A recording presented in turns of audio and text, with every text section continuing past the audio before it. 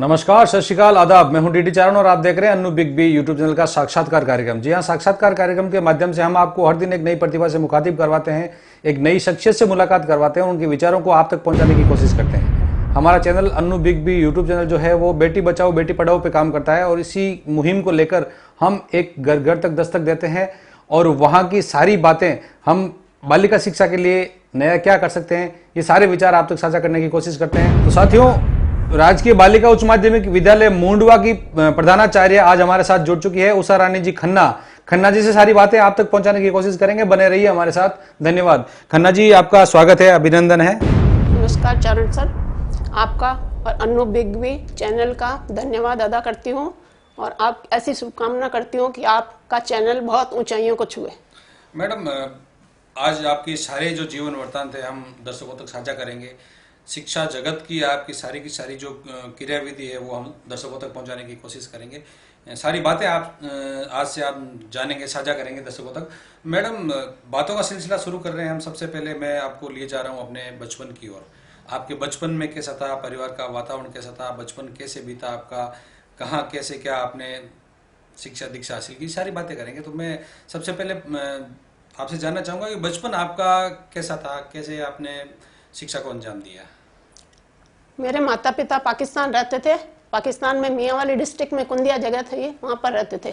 1947 में जब भारत आज़ाद हुआ उस समय भारत आ गए थे और यहाँ पे मेरे पापा को राजस्थान में रेलवे में नौकरी मिल गई थी। तब से हम राजस्थान में ही रह रहे हैं। बंटवारे में जब आपको वहाँ से भाग के आना पड़ा था, ऐसे में सारे संसाधन आपके वहाँ रह गए जी, तो उस वक्त आपकी क्या स्थिति थी यहाँ आके, जब आपने यहाँ राजस्थान में आए तब?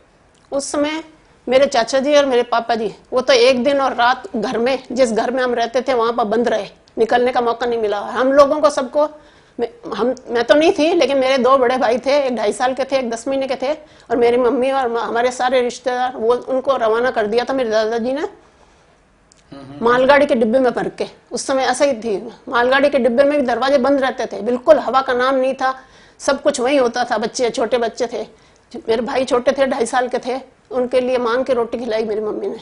वहां पर उसमें भी है ना जहर मिला देते थे, रोटियों में भी पानी में जहर मिला के रख देते थे, सब कुछ। ऐसी परिस्थितियों में हम भारत आए थे, मतलब मेरे फादर भारत आए थे। उसके बाद जब रेलवे में नौकरी मिली राजस्थान में, तो उस समय फिर जब मेरा जन्म हुआ उस समय मेरे पापा नागौर पोस्टेड थे रेलवे में, नागौर ही मेरा जन्म स्थान है। उसके बाद मैंने ना चौथी तक, 1ली से 4थी तक तो यहाँ मेड़ता सिटी में शिक्षा प्राप्त की। उसके बाद 5वीं से 10वीं तक मेड़ता रोड में शिक्षा प्राप्त की थी। 11वीं से लेके BA MA BEd सब मैंने जोधपुर से किया था। इतने संसाधनों की कमी थी और वहां से आप भाग के आए थे, तो माली हालत भी नो डाउट कमजोर थी। तो ऐसे में घर वालों ने आपको पढ़ाने पे इतना जोर दिया, तो कैसा मानस था उनका? हमारा क्या समाज है ना, बहुत उच्च स्तर का है, मतलब इनका विचार उच्च है। हमारे बैकवर्ड नहीं है समाज, बहुत फॉरवर्ड है। तो मेरे पापा ने, जब मैं 11वीं और फर्स्ट ईयर तक मैं मेरे भाई साहब क्या रह के पढ़ी थी, लेकिन वहाँ फिर पढ़ाई नहीं हो पाती थी, कॉलेज भी बहुत दूर पड़ता था। इस कारण 2nd ईयर में मेरे को पापा ने मेरे हॉस्टल में डाल दिया था, कमला नेहरू गर्ल्स हॉस्टल में। कमला नेहरू गर्ल्स हॉस्टल था जोधपुर में, है अभी भी। वहाँ हॉस्टल में मैं रह के मैंने BA किया। उस वक्त क्या लड़कियों की पढ़ाई कुछ बाधक नहीं बनती थी? बाधक बनती थी, लड़की बाहर जाना, घर से बाहर निकलना, ये बहुत बड़ी समस्या थी उस वक्त। बाधक बनती थी, लेकिन मेरे पापा ने कभी ऐसा नहीं सोचा। जब 2nd ईयर से मैं हॉस्टल में गई, उस समय मेरे पापा रिटायर हो चुके थे, 125 रुपए पेंशन बनी थी उस समय। फिर भी मेरे को 6 साल मेरे पापा ने हॉस्टल में रह के पढ़ाया। उन्होंने बिल्कुल ध्यान नहीं दिया, मतलब किसी भी तरह की परेशानी नहीं हुई उन्होंने मेरे को पढ़ाने में, किसी तरह की कंजूसी नहीं की उन्होंने। एक तरह से कैसा लग रहा था जब आप हायर एजुकेशन के लिए जोधपुर चले गए थे? बहुत अच्छा लग रहा था मुझे। ध्येय क्या था, लक्ष्य क्या था? लक्ष्य था मेरा एजुकेशन में जाके शिक्षिका बन के और बहुत अच्छा ऊंचाइयों तक पहुंचाना गर्ल्स, लेडीज को, मतलब गर्ल्स को। जब एक बालिका को घर से निकलकर हायर एजुकेशन के लिए बाहर जाना पड़ता है और बाहर जाके वो सफलता हासिल कर लेती है, तो ऐसे में आप भी एक बालिका थी जी, और आप बाहर रह के पढ़ाई किया आपने, और आपको जब सेवा में आने का पहली बार मौका मिला गवर्नमेंट जॉब का, तो उस वक्त आपके मन में कैसे भाव थे? मैंने पहले BEd करने के बाद मैं पारिक संस्कृत स्कूल मेड़ता सिटी में मैंने 13.5 साल सर्विस की है। 2nd ग्रेड में थी मैं पोस्टेड और मैंने 13.5 साल सर्विस की। उसके बाद मैंने RPSC से एग्जाम दिया था एडमिनिस्ट्रेस का, रिटर्न क्लियर किया, इंटरव्यू भी क्लियर किया। उसके बाद मैं एडमिनिस्ट्रेस बनी थी राजकीय बालिका माध्यमिक विद्यालय निम्बी जोधा, सबसे पहले मेरी पोस्टिंग वहाँ की थी। आपने जब BEd कर ली थी बीएड करने के बाद में प्राथमिक तौर पे आपकी क्या सोच थी, क्या करना चाहिए था आपको? मेरे को टीचिंग जॉब में जाना था, तो मैंने यहाँ पर पहले गवर्नमेंट की भी लगी नहीं थी, मतलब उस समय तो मेरे को प्राइवेट स्कूल, एडेड स्कूल था 90% पारिक संस्कृत महाविद्यालय, उसमें मैंने 13.5 साल सर्विस की और वहाँ बहुत अच्छा टाइम बीता मेरा, रिजल्ट वगैरह सब अच्छे रहे थे। लेकिन फिर भी राजकीय सेवा में जाने की एक इच्छा होती है, वो सबकी क्योंकि अंतिम लक्ष्य यही होता है, ये लक्ष्य होता है। तो मैंने भी आरपीएससी से एग्जाम दिया था, जिसमें मैंने एडमिनिस्ट्रेस का क्लियर कर लिया था, एग्जाम इंटरव्यू भी क्लियर किया था।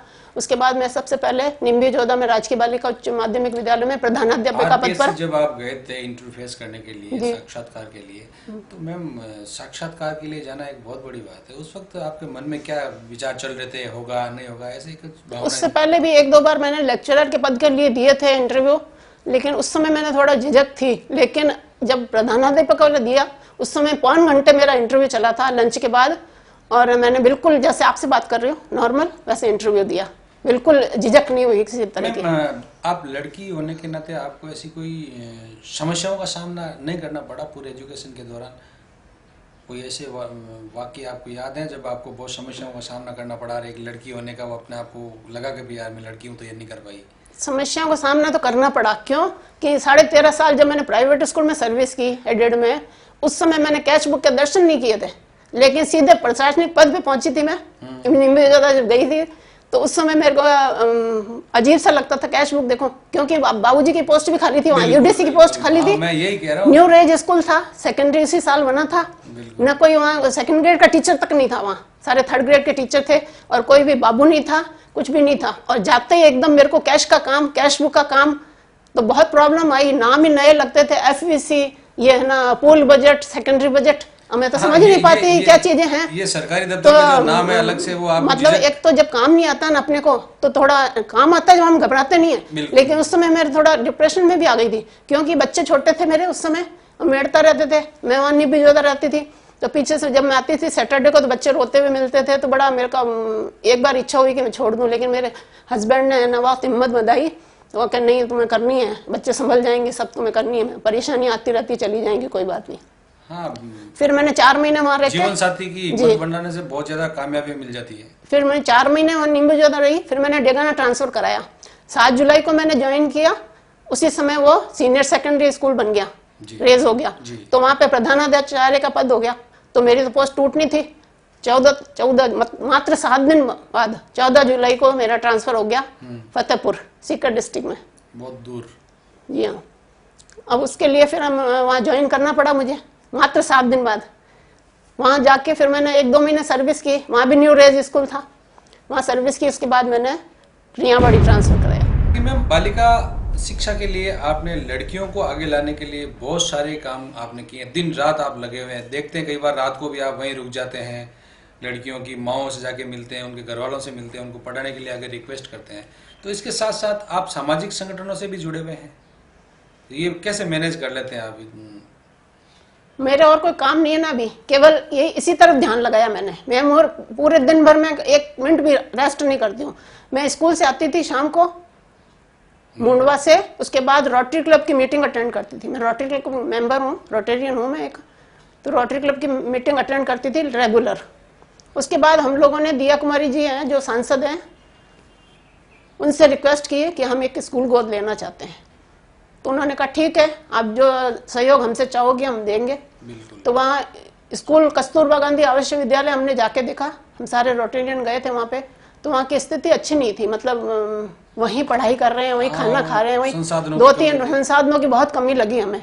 तो हमने सोचा इसी स्कूल को गोद ले लेना चाहिए। तो उसके लिए 50 लाख का बजट सैंक्शन किया है, जिसमें इनकी स्कूल बिल्डिंग बनेगी वहाँ पे, इसके अलावा रूम्स बनेंगे और भी अन्य संसाधन भी हम उसमें जुटाएंगे। तो आप कैसे मैनेज कर लेते हैं? संगठनों में भी आप जाते हैं, स्कूल का भी आप संभालते हैं, स्कूल का तो आप बहुत ज्यादा बेहतरीन तरीके से टाइम क्या ऐसे काम में मुझे थकान नहीं लगती बिल्कुल भी, तो इस कारण मैं कर लेती हूँ।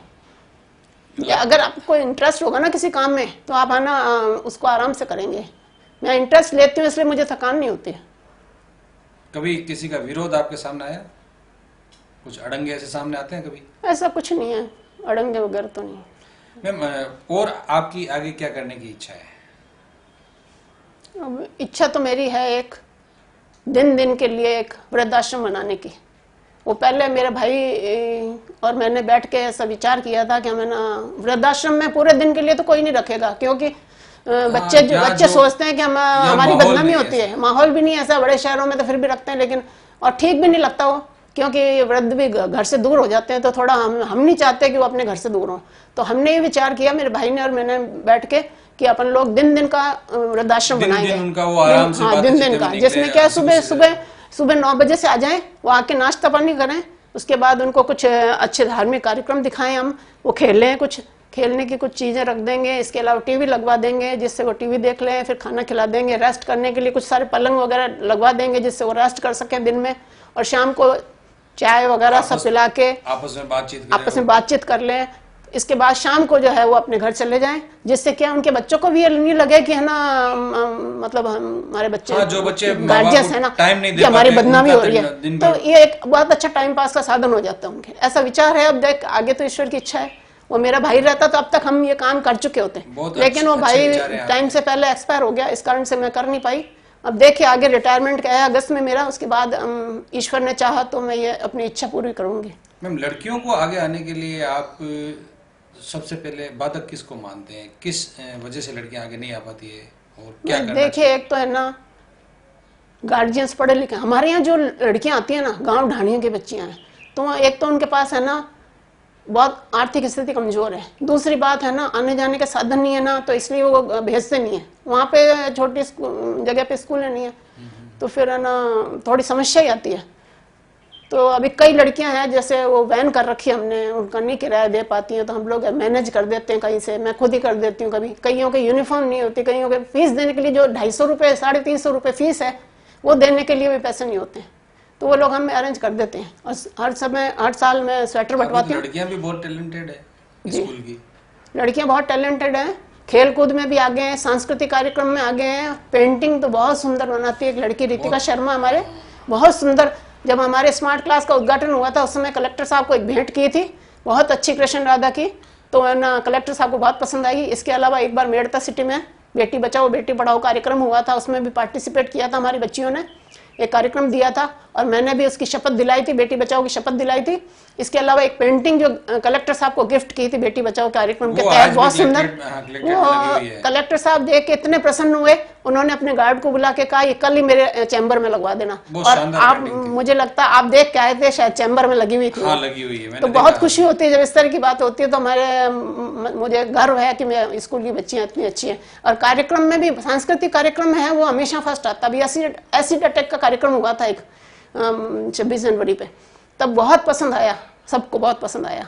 मैम, एक लड़की को अच्छे एजुकेशन के लिए, आगे आने के लिए गार्जियन को सही मायने में अपने इस एरिया में क्या करना चाहिए जिससे लड़कियों की जो शिक्षा की ग्रोथ बढ़ जाए? मैं तो सबसे पहले एक चाह रही थी, मैं अब क्या लॉकडाउन भी लग गया और मैं कर नहीं पाई, और मेरा तो रिटायरमेंट नजदीक आ गया, मैं ऐसा चाह रही थी कि किसी से मिलके, एनजीओ वगैरह से मिलके इन लोगों के बस की व्यवस्था करवा दे, तब तो इतना नामांकन अभिवृद्धि होगी स्कूल में कि मैं बता नहीं सकती आपको। अगर इनके आने जाने की व्यवस्था पूरी हो जाए ना, फ्री ऑफ चार्ज, बिल्कुल, तो निश्चित रूप से बच्चियां पढ़ेंगी वहाँ पे। हाँ, ये समस्याएं जो है कहीं ना कहीं इनके बाधक शिक्षा में बन रही है कि घर से आने जाने के, एक तो आर्थिक स्थिति, माहौल भी सुरक्षित नहीं है, आर्थिक स्थिति एक बाधक बनती है, एक अशिक्षा, जो गार्जियंस है, और माएँ मजदूरी पे चली जाती है, मम्मी पापा दोनों मजदूरी करने चले गए, पीछे बच्चे। कई बार तो ऐसा होता है बोर्ड परीक्षा में एग्जाम देने नहीं आते, 5वीं 8वीं की बोर्ड परीक्षा में हमें घर पे भेज के बुलाने पड़ता है, और फिर भी है ना बच्चे छुप जाते हैं, और उनके मम्मी पापा को पता नहीं, वो कहते हैं नागौर गए हैं बच्चे, तो वो गए हुए शादी में गए, इस तरह, मतलब हाँ। तो ये एक हमें बहुत, मतलब गार्जियंस भी जागरूक होने जरूरी है, अज्ञानता ज्यादा है अभिभावकों में, तो ऐसे में आप उनके लिए एक वरदान बन के साबित हुई है। आप उनके पास जाकर उनको नामांकन बढ़ाया, बालिका शिक्षा के लिए आपकी स्कूल का तो एक अलग ही पहचान बन गई है। तो मैम, आपका रिटायरमेंट के बाद में और बालिका शिक्षा के लिए क्या रहेगा? वो तो जुड़ी रहूंगी, मैं शिक्षण संस्थाओं से जुड़ी रहूंगी, रिटायरमेंट के बाद भी जो भी डोनेशन वगैरह कर रही है वो करती रहूंगी मैं, सहयोग शिक्षा के प्रति तो मेरा समर्पित रहते हैं। कभी किसी स्कूल में जाते हैं तो स्वेटर है तो स्वेटर दे देते हैं, कहीं दरिया लगती है तो अभी इस बार मैंने 25,000 के स्वेटर बंटवाए अपनी तरफ से, 10,500 के सोलियाना में, और 25,000 के 15,000 के मेरी स्कूल में, मेरे मिडिल स्कूल तक के बच्चों। तो मैम, आप ये सब कर लेते हैं, हमारा Annu big B YouTube channel जो है वो बेटी बचाओ बेटी पढ़ाओ पे भी काम करता है, तो इन सभी दर्शकों के लिए आपकी क्या राय? देखिए, एक तो है ना, बच्चियां रेगुलर आ नहीं पाती हैं। कभी उनकी माँ बीमार है, कभी माँ कहीं चली गई है बाहर, तो बच्चियों की छुट्टियां दिलवा के बैठा देते हैं, तो वो रेगुलर पढ़ नहीं पाती हैं। दूसरी बात क्या है ना, उनके गार्जियन भी जागरूक नहीं है, पढ़ाई के प्रति लापरवाह बहुत है। तो जब तक गार्जियन ही जागरूक नहीं होंगे तो कैसे हो पाएगा।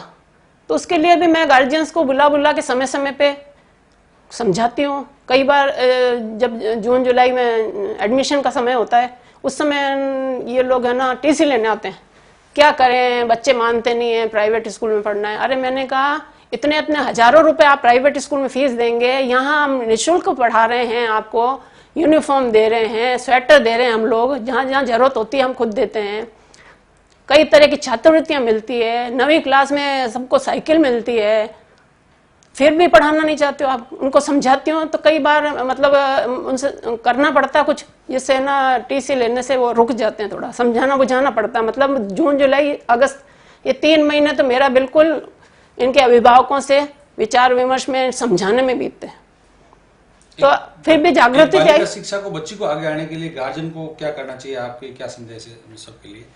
गार्जियन से तो मैं यही कहूंगी कि बच्चियों की पढ़ाई पे ध्यान दें, न कि उनकी शादी। ये लोग समझते हैं कि बस शादी कर देना ये बहुत बड़ी जिम्मेदारी से मुक्त हो गए, लेकिन ये जिम्मेदारी से मुक्त नहीं होना। इसमें शादी कर दी और अगला बच्चा अगर पढ़ लिख रहा होता है अभी, तभी आप शादी कर देते हैं, लेकिन कोई नौकरी का साधन नहीं होता उनके, केवल पढ़ लिख रहे हैं बच्चे। उससे क्या होता है कि कुछ ही समय पश्चात लड़की वापस आ जाती है अपने घर, उसके तलाक हो जाता है, घर में सेटिंग नहीं बैठता है। तो ऐसी स्थिति आने से तो अच्छा है कि आप बाल विवाह नहीं करें, आप इनको पढ़ा लिखा के आत्मनिर्भर बनाएं, जिससे क्या है किसी के आगे हाथ फैलाने की जरूरत नहीं पड़ेगी लड़कियों को। जब खुद आत्मनिर्भर होंगी तो अगले वाला ही मांगेगा कि लो वही पैसे दो हमें, उनको मांगने की जरूरत नहीं पड़ेगी और उनकी फैमिली लाइफ भी सेटल रहेगी, कम से कम आय का साधन रहेगा घर में। तो आप ज्यादा से ज्यादा बच्चियों को पढ़ाएं, उनके पढ़ाई पे ध्यान दें, न कि उनके शादी पे। धन्यवाद। हो गया, इसमें सब आ गया क्या? एक बार